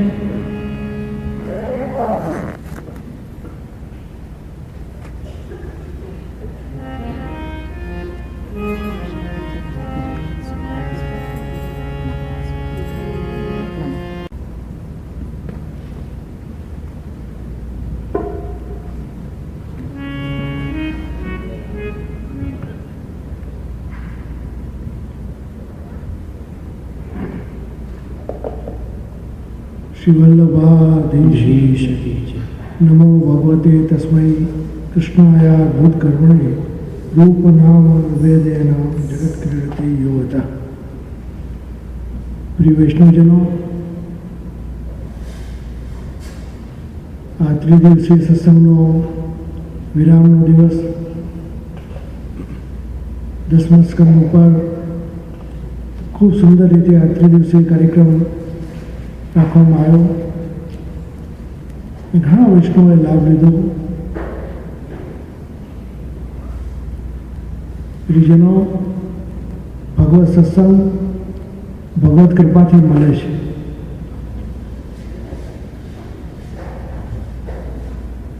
જ્યારે જ્યારે પણ આવા અવસરો આવે તો જરૂરથી આપણે એનો લાભ લઈએ. જો શ્રવણ ભક્તિને કલયુગમાં સૌથી શ્રેષ્ઠ કહીએ, કેમ કે શ્રવણ દ્વારા આપણે હૃદયમાં એ ભક્તિને ઉતારીએ અને હૃદયમાં રહેલો બીજ ભાવ એને પોષણ મળે. પુષ્ટિ ભક્તિ માર્ગ ભગવત કૃપાનો માર્ગ છે. પોષણો તદનુગ્રહ. જે ભાવરૂપી બીજ છે એ આપણા હૃદયમાં છે, અને સત્સંગ જ્યારે ત્યાં પહોંચે તો નવ પલ્લવિત થાય.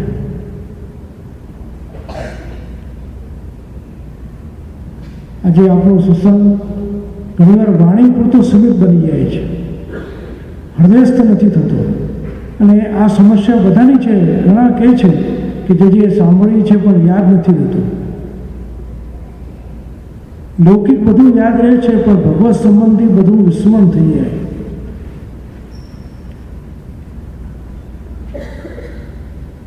જે મનને રૂચે છે એ બધું યાદ રહે છે, અને મનને જે તકલીફો છે એનું આપણને ધ્યાન પણ છે. જો ભૂખ લાગે, તરસ લાગે, ઠંડી લાગે, ગરમી લાગે, આ બધી દેહ સંબંધી વસ્તુઓ છે અને એનો આપણને ખ્યાલ છે, અને આપણે તરત એનો ઉપાય પણ કરી લઈએ. પણ ભગવત સંબંધી જે વસ્તુ છે એ આત્માથી સંબંધિત છે, અને આત્માનો ખોરાક એ ભગવત સત્સંગ છે. આત્મા ઝંખે છે ભગવત સત્સંગને કે જીવ ભગવાનનો અંશ છે. મમઈ વાંશો જીવ લોકે જીવ ભૂત સનાતન. જીવ ભગવાનનો અંશ છે, અને એ સિદ્ધાંત છે કે યો ઇદમ સહ સતમ ભજે. જે જેનો અંશી હોય એનું સ્મરણ કરે.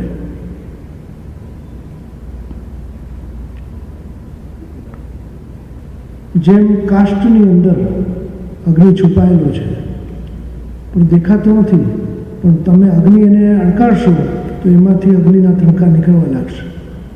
એમ દરેકની અંદર જીવાત્મામાં ભગવત ભાવ છે, પણ એ સુષુપ્ત અવસ્થામાં છે. જ્યારે જીવને સત્સંગ મળે તો એનો ભાવ પણ જાગૃત થાય, શાંત થયેલો ભાવ ફરીથી પ્રગટ થાય. એટલે જ ભગવત સત્સંગની નિતાંત આવશ્યકતા બતાવી છે કે નિવેદનંતુ સમર્તવ્યમ સર્વથા તાદૃશી જને. સતત ભગવત સત્સંગ કરતા રહીએ તો વિસ્મરણ ના થાય.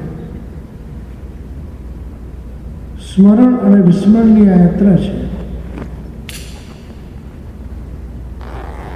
જેનું સ્મરણ રાખવું જોઈએ એ વિસ્મરણ થઈ જાય છે, અને જેનું વિસ્મરણ કરવું જોઈએ એ સ્મૃતિમાં રહી જાય છે. તો સતત સત્સંગ જ્યારે જીવને મળે તો આત્મામાં એ ભાવ દ્રઢ બને છે.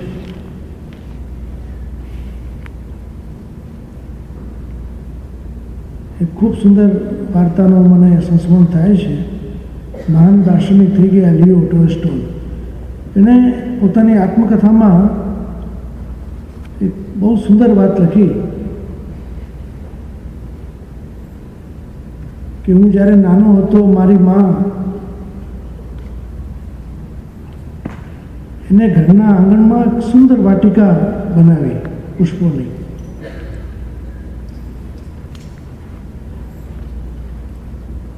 એક નાનો સરખો બગીચો, બહુ સુંદર રીતે એનું ધ્યાન રાખે, જતન કરે, દરેક વૃક્ષને સિંચન કરે, એને યોગ્ય ખાતર નાખે. ખૂબ ધ્યાનથી એ બગીચો એને બનાવ્યો હતો, અને ગામના લોકો જોવા માટે આવતા સાંજે કે આટલો સુંદર બગીચો, ભલે નાનો છે તો કેટલા સુંદર પુષ્પો છે.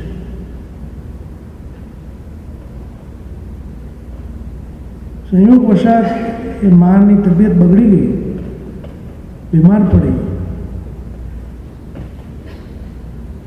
એનાથી ઊભું નહોતું થવાતું. દીકરાને કહ્યું કે બેટા આ બગીચાનું ધ્યાન રાખજે, મારાથી ઊભા થવાતું નથી, પણ આ વૃક્ષોને સાચવજે. ઘણા પુષ્પો હજી ખીલવાના બાકી છે, ઘણી કળીઓ એ ખીલી છે કે ના માં હું જરૂર ધ્યાન રાખીશ.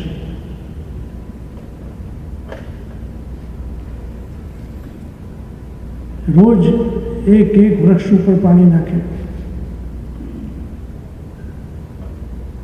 એક એક ફૂલ ઉપર પાણી નાખે. માં પૂછે કે બેટા કેમ છે? ના, કે હું દિવસમાં 2 વખત બરાબર જળનું સિંચન કરું છું, પણ અઠવાડિયું થયું ત્યાં બગીચો કરમાવા લાગ્યો. કળીઓ ફૂલ બની નહીં અને ફૂલો હતા એ મુરઝાઈ ગયા. બહુ આશ્ચર્ય થયું કે આવું કેમ બની રહ્યું છે, મારી ક્યાંક ભૂલ છે, શું છે આ? કે માં જ્યારે ઉઠીને જોશે તો એને શું થશે? ખૂબ ધ્યાન રાખવા લાગ્યો, વધારે પાણી પીવડાવવા લાગ્યો, એક એક વૃક્ષ ઉપર પાણી પીવડાવે, એક એક ફૂલ ઉપર. 10-15 દિવસ થયા, માં થોડી સ્વસ્થ થઈ અને થયું કે લાવ જ્યારે બગીચામાં જોઉં. અને બગીચામાં જ્યારે જુએ છે તો દુઃખી થઈ ગઈ. વૃક્ષો બધા કરમાઈ ગયા, નવા પુષ્પો ખીલ્યા નહીં, શુષ્ક થઈ ગયો હતો એ બગીચો. બેટાને પૂછ્યું, બેટા તે શું કર્યું? કે માં હું રોજ 2 વખત જલ નાખું છું, પણ ક્યાં નાખે છે? કે માં ફૂલો ઉપર, આ ઝાડો ઉપર, વૃક્ષો ઉપર. કે બેટા તે મને જલ નાખતા જોયું નથી. દરેક વૃક્ષનું મૂળ એની જળોમાં હોય અને જળનું સિંચન જળમાં કરાય તો આખું વૃક્ષ લીલું થઈ જાય. તે તો ફૂલોને સાફ કર્યા, પત્તાઓને સાફ કર્યા, તો મૂળમાં જળ ના નાખ્યું, આખો બગીચો કરમાઈ ગયો. બહુ દુઃખી થયો કે મને ખબર નહોતી કે બેટા દરેક વૃક્ષનું મૂળ એના બીજમાં હોય, એની જળોમાં હોય. ત્યાં સિંચન કરીએ તો આખું વૃક્ષ લીલું થઈ જાય. વાત નાની સરખી છે પણ ઘણી સમજવાની છે. આપણા બધાના મૂળ આપણા આત્મામાં છે. આપણો સત્સંગ વાણી પૂરતો સમિત બની જાય ના, રોજ કરીએ છીએ, રોજ એક વાર્તા વાંચીએ છીએ, રોજ શિક્ષાપત્ર વાંચીએ છીએ, પણ કેવું કે એક શ્લોક વાંચ્યો, થોડી લૌકિક ચર્ચા કરી, થોડીક વાતો કરી, વચ્ચે કોઈના ટેલિફોન આવી ગયા, તો એ સત્સંગ મૂળ સુધી જતો નથી. જેમ ફૂલો ઉપર જળ નાખવા જેવું છે, તો પ્રિયજનો જે એનું મૂળ જે છે, જેમ વૃક્ષનું એના મૂળમાં છે, જળોમાં છે, એમ આપણા મૂળ પણ આપણા આત્મામાં છે. જો જળનું સિંચન ત્યાં સુધી થાય, આપણો સત્સંગ આત્મા સુધી જાય, તો જરૂર આત્મામાં નવ પલ્લવિત થાય, નવા નવા ભાવો ઉત્પન્ન થાય અને આપણો ભાવ દ્રઢ બને.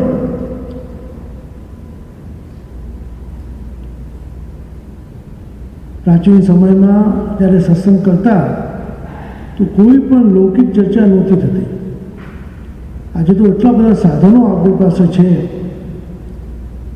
વિડીયો છે, ઓડિયો છે, કેટલા બધા માધ્યમો છે, ટેલિફોન દ્વારા સત્સંગો થાય છે, પણ એનું પરિણામ જે આવવું જોઈએ એ દેખાતું નથી. એ જેવા સુધી સીમિત થઈને રહી જાય છે, અંતરાત્મા સુધી જતું નથી. જ્યારે સત્સંગ અંતર સુધી જશે તો તમે જુઓ કે એનું પરિણામ કેવું સુંદર આવશે.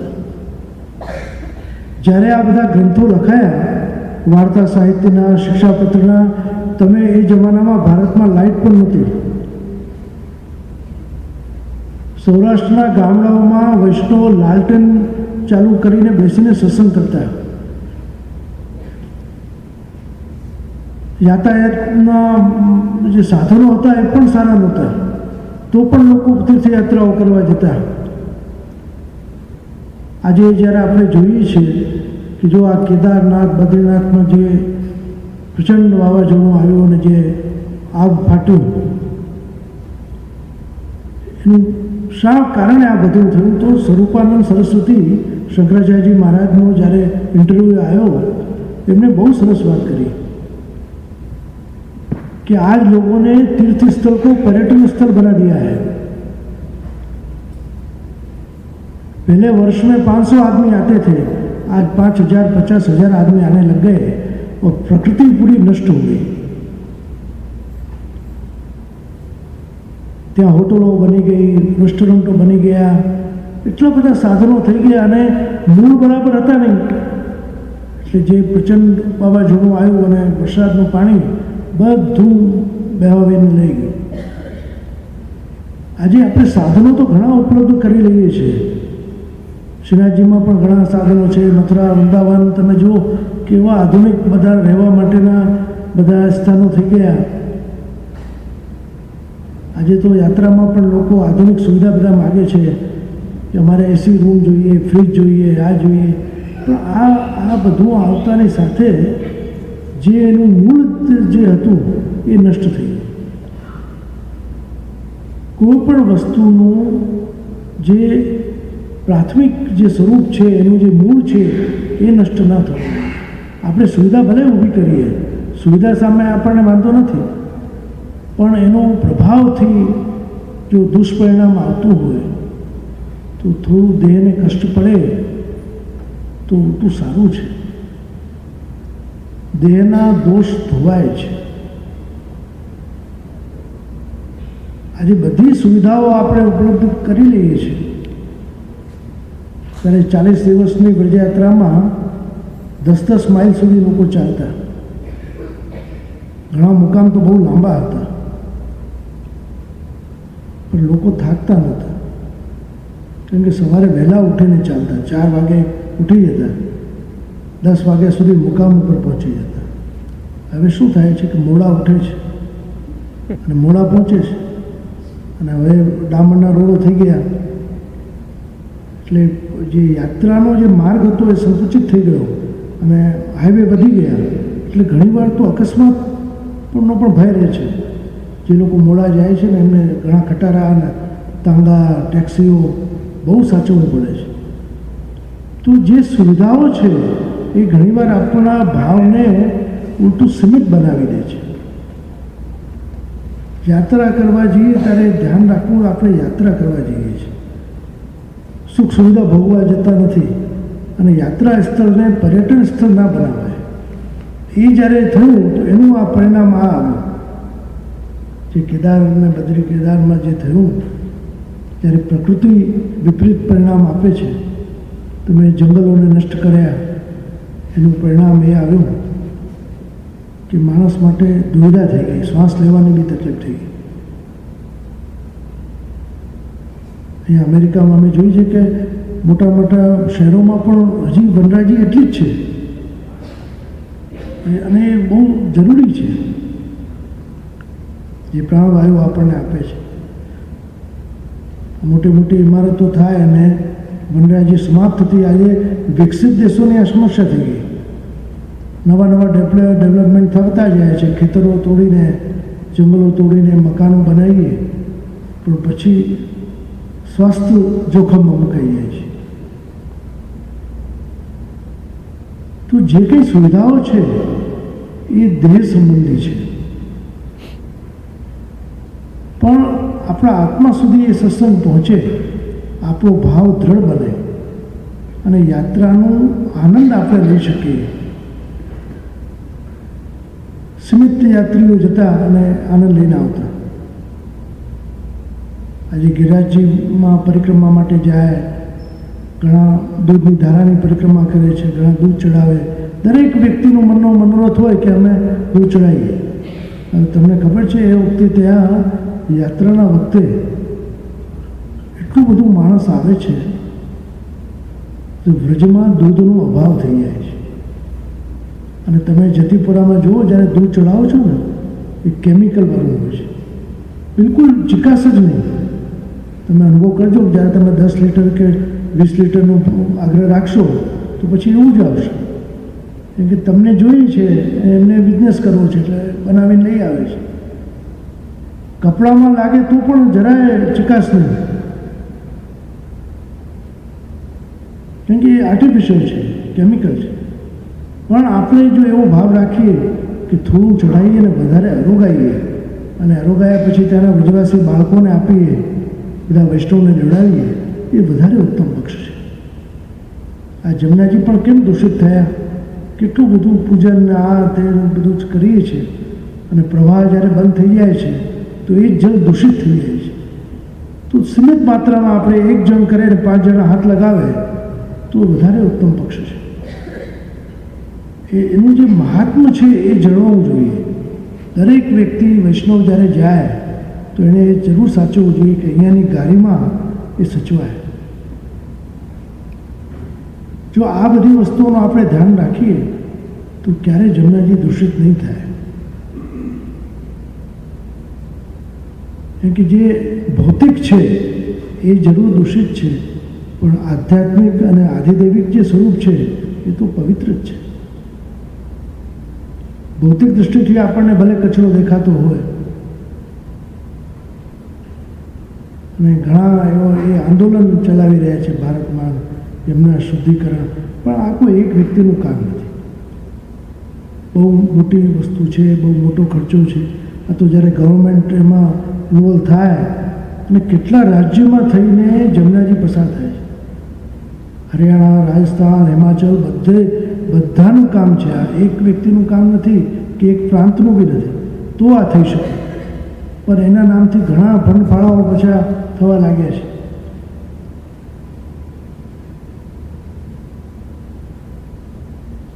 તો આપણે હંમેશા એ જરૂર ધ્યાન રાખવું જોઈએ કે આપણે જે કરી રહ્યા છીએ, ક્યાં કરી રહ્યા છીએ, એ વસ્તુ ક્યાં જઈ રહી છે, એ ઉચિત એનો ઉપયોગ થઈ રહ્યો છે કે કેમ, આ બધું આપણે જરૂર ધ્યાનમાં રાખવું જોઈએ.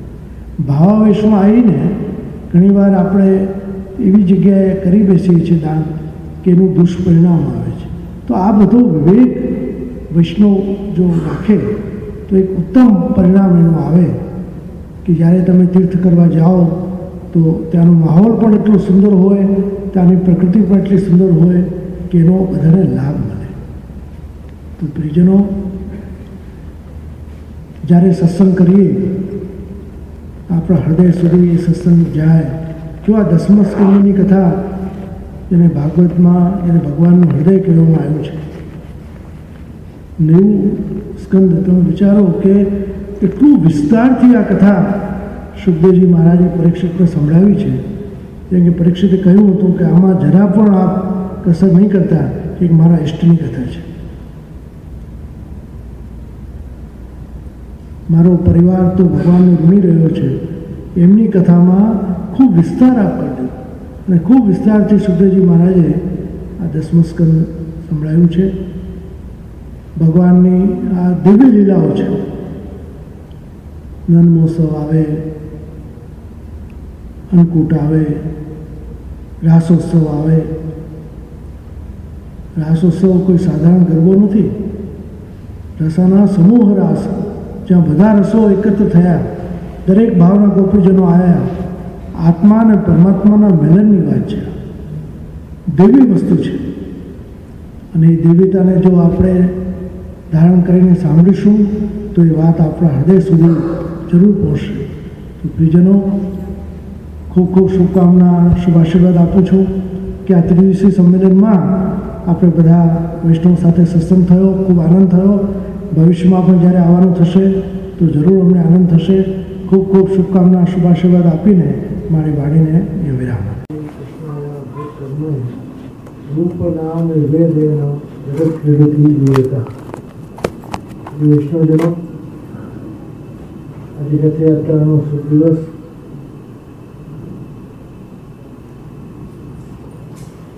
ઠાકોરજી નગરચર્યા જોવા માટે પધારે છે અને ભાઈ ભક્તો રથમાં ઠાકોરજીને પધરાવીને નગરયાત્રા કરે છે. મર્યાદા માર્ગમાં તો રસ્તા ઉપર રથ ચાલે અને આપણે જગન્નાથજીનો તો રથયાત્રા બહુ પ્રસિદ્ધ છે. અમદાવાદમાં પણ રથયાત્રા બધા જુએ, પણ આપણે ત્યાં હવેલીઓમાં પણ 4 ભોગ આવે અને 4 સમયના રથના દર્શન થાય. અને એના જો આપણે ત્યાં કીર્તન સાહિત્ય બી છે અને છેલ્લે ચોથે અખિરમાં આરતી થાય. એમ તો આ આખો ભાવ રજભક્તોનો ભાવ છે કે ઠાકોરજીને રથમાં બેસાડીને રજભક્તો ખેંચીને, દોરી ખેંચીને પધરાવે છે.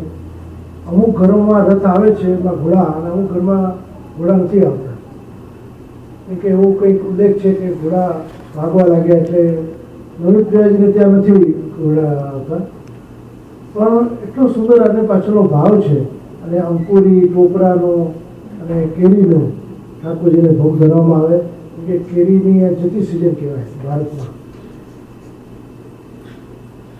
એટલો આખો ભાવાત્મક છે. આપણે ત્યાં પુષ્ટિ માર્ગમાં સારસ્વત કલ્પમાં જે લીલાઓ થઈ છે એનું પ્રધાન છે અને એ ભાવથી રથયાત્રાનો આખો ભાવ છે કે ઠાકોરજીને વ્રજ ભક્તો ખેંચીને આ લાભ ક્યારે મળે કે ઠાકોરજીને ખેંચીને વ્રજ ભક્તો રહી જાય. આપણે ત્યાં હવેલીઓમાં આચાર બાળકો રથને ખેંચીને પધરાવતા હોય છે, પણ આજનો આ દિવસ રથયાત્રાના આનંદની સાથે ઘણો પુષ્ટિ માર્ગી જીવો માટે ઘણો ગંભીર પણ છે આજનો દિવસ. એટલે જ આપણે ત્યાં શહેરમાં છત્રી વળી થઈ જાય, રથમાંથી છત્રી વળી થઈ જાય. કે આજે શ્રી મહાપ્રભુજી વલ્લભ મહાપ્રભુએ આજના દિવસે આસુરા વ્યામો લીલા આજે કરી હતી. એટલે આપણા માટે પુષ્ટિજીવો માટે એક બહુ ગંભીર દિવસ પણ છે. હનુમાન ઘાટ ઉપર કાશીમાં શ્રી પુરુષોત્તમદાસજીને ત્યાં આ બિરાજતા અને આસુરા વ્યામો લીલા કરવાની આજ્ઞા થઈ. નાભી સુધી જળમાં આપ ઊભા રહ્યા અને આપમાંથી એક તેજ પુંજ ઉત્પન્ન થયું અને સૂર્યમાં જઈને વિલીન થઈ ગયું. એ વખતના ચીનના મહાન દાર્શનિક કોઈ યાત્રી આવ્યા હતા અને એમને બી આ દ્રશ્ય જોયું અને એણે પોતાના ગ્રંથમાં એનો ઉલ્લેખ કર્યો કે આજે મેં એક અદ્ભુત દ્રશ્ય જોયું કે એક મહાન વ્યક્તિ જે ગંગાજીમાં નાભી સુધી જલમાં ઊભા રહ્યા અને ત્યાંથી તેજ પુંજ નીકળી અને ગંગાજીમાં વિલીન થયું. તો શેઠ પુરુષોત્તમદાસજી આ લીલા જોવા માટે ત્યાં આવ્યા નથી.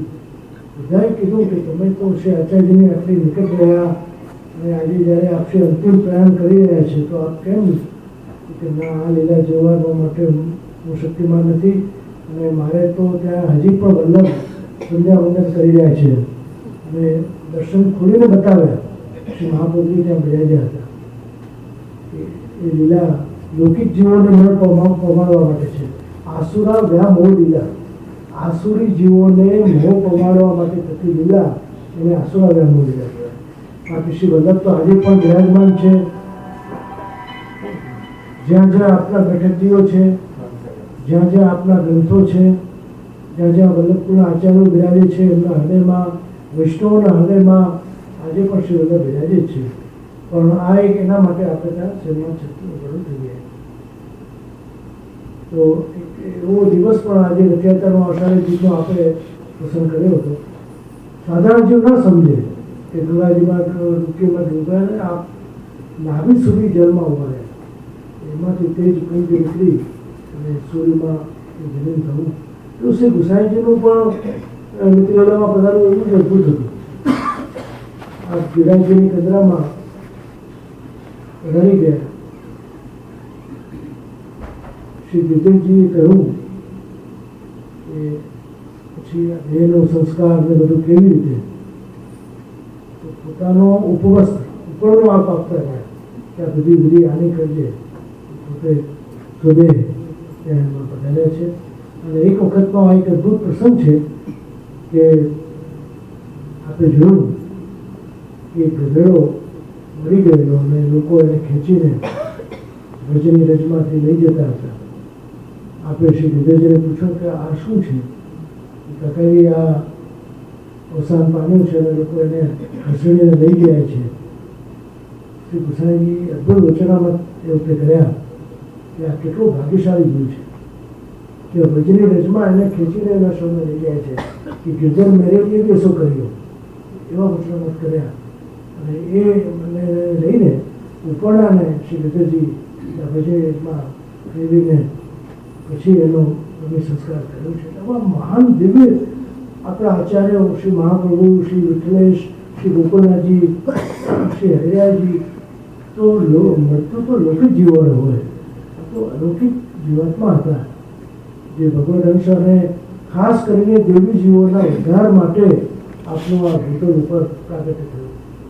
દેવોદ્ધાર પ્રયત્નાત્મા નમઃ તો શ્રી વલ્લભનું જે નામ છે સર્વોત્તમજીમાં, એ દેવી જીવો માટે આપણે શ્રમ લઈને ભૂતલ ઉપર પધાર્યા અને 52 વર્ષ આ ભૂતલ પર રહેલા છે.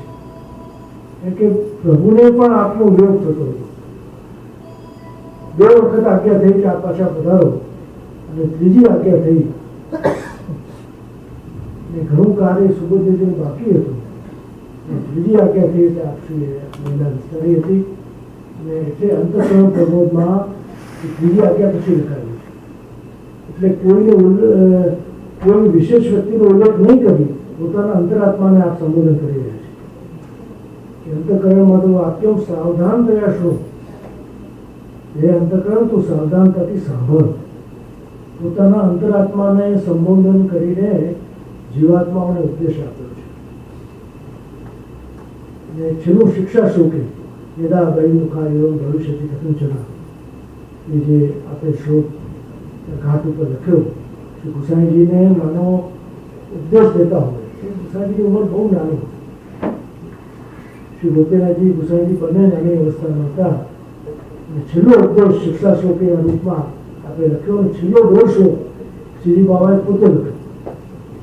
યદા બહિર્મુખા એવં ભવિષ્યથી કથંચના, કે જો તમે બહિર્મુખ થશો તો આ કલયુગ તમારામાં પ્રવેશી જશે. પણ શ્રીનાથજી બાબાએ પોતે લખ્યું કે મય ચેતસથી વિશ્વાસ શ્રી ગોપીજન વલ્લભે તથા કથાર્થા જોયો ભી સોચને ન કહીશ, કે મારામાં અને શ્રી વલ્લભમાં જો તમને વિશ્વાસ છે તો આ કલયુગ તમને કંઈ બાધા નહીં કરે. એ છેલ્લો દોષ શ્રી ગુસાઈ શ્રીનાથજી પોતે લખ્યો છે.